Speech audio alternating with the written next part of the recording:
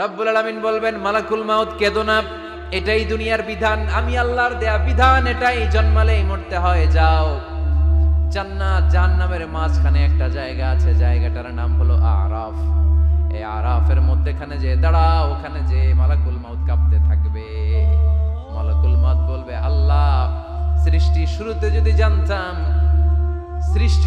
যদি জানতাম সবাইকে মৃত্যুদান করার পরে, রূহ কবজ করার পরে আমাকেও মরতে হবে, তাহলে এই কঠিন দায়িত্বের ব্যাপারে আপনার কাছে ক্ষমা চাইতাম। আজকে আমারও যে ভাগ্য বরণ করে নিতে হবে সৃষ্টির শুরুতে, আমি এটা কল্পনাই করতে পারি নাই। আল্লাহ বলবেন, নো টক, মুত ইয়া মালাকাল মাউত, মরে যা, মুত, মরে যাও। বলার সাথে সাথে মালাকুল মাউত এক বিকট চিৎকার হাঁকিয়ে মরে যাবে।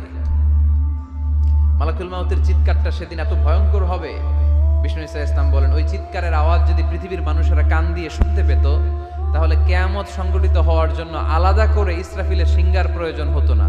ওই চিৎকারের আওয়াজে প্রতিটা মানুষ কানের পর্দা ফেটে ওই জায়গায় লাশ হয়ে পড়ে যেত। এবার ডানে বায়ে সামনে পেছনে উপরে নিচে কেউ নাই, একজন ছাড়া, জোরে বলতে হবে, তিনি কে? আল্লাহ তখন পৃথিবীকে একটা ডাক দিবেন, বলবেন, ইয়া দুনিয়া আইনা আনহারুকি, এই পৃথিবী তোর নদীগুলো কোথায়? ইয়া দুনিয়া আইনা আশজারুকি, এই পৃথিবী তোর গাছগুলো কোথায়? বটতলা।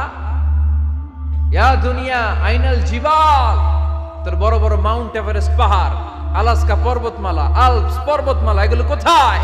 তুর পাহাড় আজকে কোথায়? ইয়া দুনিয়া আইনাল মুলুক, রাজা বাদশারা কোথায়, যারা ক্ষমতার দাপটে পা জমিনে ফেলতে চাইতো না? আইনাল জাবাবেরা, অত্যাচারী স্বৈরা শাসকগুলো আজকে কোথায়? কোথায় আজকে? কোনো আওয়াজ নাই।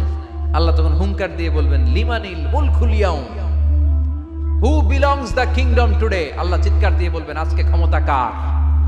আওয়াজ করে বলেন, সেদিন ক্ষমতা কার? আল্লাহ সেদিন প্রশ্ন করে নিজেই নিজের প্রশ্নের উত্তর দিবেন, লিমানিল মুলকুল ইয়াউমা লিল্লাহিল ওয়াহিদিল কাহ্হার। সেদিন ক্ষমতা দুনিয়ার কোনো রাজার নাই, কোনো বাদশার নাই, কোনো স্বৈর শাসকের নাই, কোনো সুলতানের নাই, কারো নাই। সেদিন ক্ষমতা চলবে একজনের, তিনি কে? তার নাম হচ্ছে রহমান। তার নাম কি? আরো জোরে বলেন, কি নাম? এজন্য রহমান কারে বলে আজকে চিনতে পারছেন? তার দয়ার শেষ আছে? তার ক্ষমতার কোনো কুল কিনারা আছে? তার ধন ভান্ডারে কোনো কমতি আছে?